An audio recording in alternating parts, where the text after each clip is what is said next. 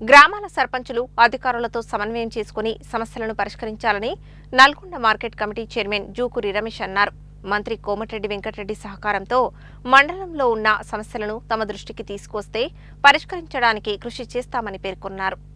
గురువారం తిప్పర్తి మండల కేంద్రంలో ప్రజాపాలన ప్రగతి ప్రణాళిక కార్యక్రమంలో భాగంగా నిర్వహించిన సమావేశంలో ఆయన మాట్లాడుతూ ప్రజల సమస్యలను పరిష్కరించడానికి ప్రభుత్వం 99 రోజుల కార్యాచరణ ప్రణాళికను ప్రారంభించిందని తెలిపారు. ప్రజలకు ఏవైనా సమస్యలు తలెత్తితే అధికారులతో పాటు ప్రజాప్రతినిధుల దృష్టికి తీసుకురావాలని సూచించారు. ఈ కార్యక్రమంలో డీసీసీబీ మాజీ డైరెక్టర్ పాషం సంపత్రెడ్డి, సర్పంచుల ఫోరం మండల అధ్యక్షుడు ముత్తినేని శ్యాంసుందర్, ఎంపీటీఓ జానయ్య, తహసీల్దార్ రాచకొండ రామకృష్ణ, ఎస్ఐ శంకర్, నరసింహస్వామి తదితరులు పాల్గొన్నారు. 2 సంవత్సరాలు గడిచినందుకు మన ముఖ్యమంత్రి రేవంత్ రెడ్డి గారు ప్రభుత్వంలో ఏ విధంగా ఉన్నదన్న ఉద్దేశంతో కొత్తగా ఎన్నికైన సర్పంచులు కాగానే మొదటి ప్రణాళిక ఎంచుకోవడం జరిగింది. ఈ ప్రణాళికలో సర్పంచులకు అవగాహన, మరి ప్రతి నిమిషం విలేజ్లో ఉంటారు సర్పంచులందరూ ఏమేమి మనం చేసిన అభివృద్ధి కార్యక్రమాలు ఏ విధంగా డెవలప్ అయినాయి, ఏ విధంగా ఇంకేమి కావాలన్న ఉద్దేశంతో ప్రజా ప్రణాళిక 99 రోజులు ఏర్పాటు చేయడమైంది. అందుకు ఊళ్ళో మనకు వచ్చి 2 సంవత్సరాలైన మన ప్రభుత్వం మనకు రైతు భరోసా కానీ, రుణమాఫీ కానీ, మనకు సన్న బియ్యం కానీ, ఇంటర్మీడియట్ కానీ, అగ్రికల్చర్ మన పనిముట్లు కానీ గతంలో లేని విధంగా ఇప్పుడు వచ్చినాక ఈ ప్రభుత్వం వచ్చినాక మనకు వ్యవసాయ పనిముట్లు వేయడం, మన సన్న బియ్యం వేయడం, మన ముఖ్య ఉద్దేశం ఏంటంటే ఇందిరమ్మ ఇల్లు వేయడం. మన జనాలు ఏమనుకుంటారు, ఇంతకుముందు 10 సంవత్సరాల కాలంలో ఇయని స్కీములు మన రేవంత్ రెడ్డి గారు మన క్యాబినెట్ సభ్యులు మీటింగ్ పెట్టి ఈ ప్రజాపాలనలో ఎన్నుకోవడం జరిగింది. ఇదంతా గ్రామాల్లో తెలియజేసి ఇంకా ఏమన్నా సమస్యలు ఉంటే మన దృష్టికి తీసుకొచ్చి ఇవన్నీ ఉండాలన్న ఉద్దేశంతో మన ప్రభుత్వం ఏర్పాటు చేయడం. మన పెద్ద సమస్య అగ్రికల్చర్ ఐకేపీ సమస్య. నేనే ఐకేపీ నా రామలింగం సెంటర్లో ఉండేగా పెట్టాను తాగుతారంటే అయిపోయింది. ఆ మిల్లు తీసుకుపోయాను. అది పోయిన తర్వాత ఏంటి, ఇక్కడ 2 కప్పులు ఉన్నాయి. రైతు దొంగబడ్డాడు, అగ్రికల్చర్ మార్కెట్ అయితే సర్టిఫికేట్ చేశాడు. తర్వాత 30 లక్షలు పోయిన తర్వాత సర్టిఫికేట్లో బియ్యం 102% వచ్చినాయి దగ్గర ఉండేది. వాడు కాదంటాడు, దాని అడుగుదానికి అడిగితే పోలేరాడు. పరిస్థితి ఏమో అర్థం కాదు.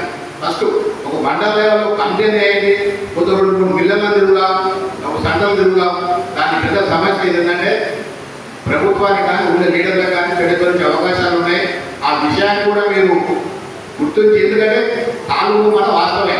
అగ్రికల్చర్ సర్టిఫై చేసిన కంపెనీ వచ్చిందంటే ఒక 30 కిలోల బస్తానే, ఒక 10 కిలోల బస్తానే, అంకుర సీడనే, రబీ సీడనే, అదే మాదే సీడంటానే ఆ తాళనే ఏమవుతుంది, 10 కిలోమీటర్లు కింద తాళైతుంది, పైన అవుతుంది. ఆ ఫ్యాన్ పెట్టక కొంత ఇబ్బందికర వాతావరణంతో రోడైనా అని చెప్పేసి లీడర్ల మీద కొంత ఇబ్బంది జరుగుతుంది. దాన్ని కూడా మన మండలంలో ఉన్న ఏకైక జిల్లా ఉప్పలపల్లి కూడా మనం మాట్లాడాల్సిన అవసరం చాలా ఉంది. దీంట్లో ఏంటంటే L3 నుంచి ఇచ్చిన వాళ్ళకు మ్యాక్సిమం పేమెంట్స్ రావట్లేదు. మన మండలంలో దాదాపు ఒక 52 మెంబర్స్ క్లియర్ అయింది, ఇంకా 7 మెంబర్స్ పెండింగ్ ఉంది. అది ఎంపీ గారు లాగిన్లో రిజెక్ట్ అయింది వివిధ కారణాల వల్ల. వాళ్ళకు సొంత వెహికల్, ఓన్ బిల్డింగ్ ఉండడం, వేరు కారణాలతో అవుతుంది. కాబట్టి మ్యాక్సిమం మీరు ఏంటంటే ఇప్పుడు నాట్ బిల్డింగ్ ఇచ్చిన వాళ్ళ ప్లేస్లో కూడా L1 నుంచే ప్రపోజల్ పెట్టండి. L2, L3 దాదాపు వాళ్ళ లిస్టులో ఉన్న వాళ్ళని తీసుకోకండి.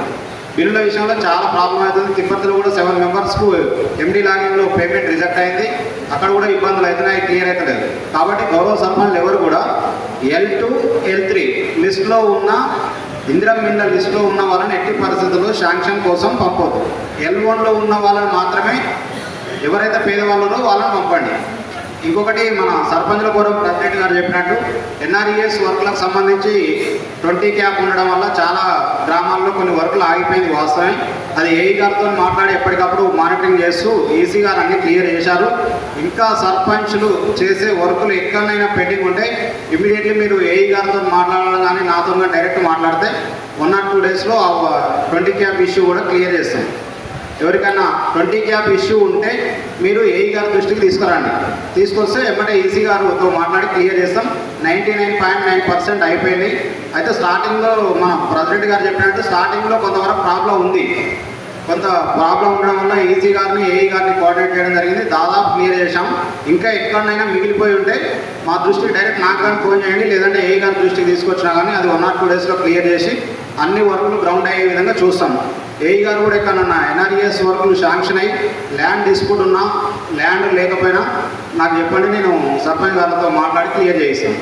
మే 20 అనేది ఈ ప్రజాపాలన భాగంలోనే మమ్మల్ని కూడా చేర్చడం జరిగింది. కారణాలు ఏంటంటే మనం ఈరోజు ఈ సభకి వచ్చినాం. ఎక్కడి నుంచి వచ్చినాం అంటే వేరు వేరు విలేజ్ నుంచి వచ్చినాం. వచ్చేటప్పుడు నీకు ఆపోజిట్గా ఒక అతను రైతు వస్తుంటాడు టీవీఎస్ ఎక్సెల్ వేసుకొని, ఇంకొక అతనేమో నీ వెనక స్పీడ్గా వస్తుంటాడు, నిన్ను క్రాస్ చేస్తాడు, కానీ పక్క నుంచే వెళ్తాడు. ఆ విషయాల వల్ల, అలాంటి సంఘటన వల్ల మీకు ప్రమాదాలు జరుగుతాయి. కొంతమంది హెల్మెట్ పెట్టుకోవడం వల్ల కింద పడి చనిపోవడం జరుగుతుంది. హెల్మెట్ ఎందుకు పెట్టుకోవడం అని చెప్తున్నారు. అసలు కారణం ఏంటంటే మనం ఏదైనా మన ఇంట్లో ఎప్పుడైనా ఏడతలగా చూస్తే వాడు కట్ చేసేవాడిని చూస్తే 3 parts ఉంటుంది. అలా అనేది 3 partsగా ఉంటుంది పైన.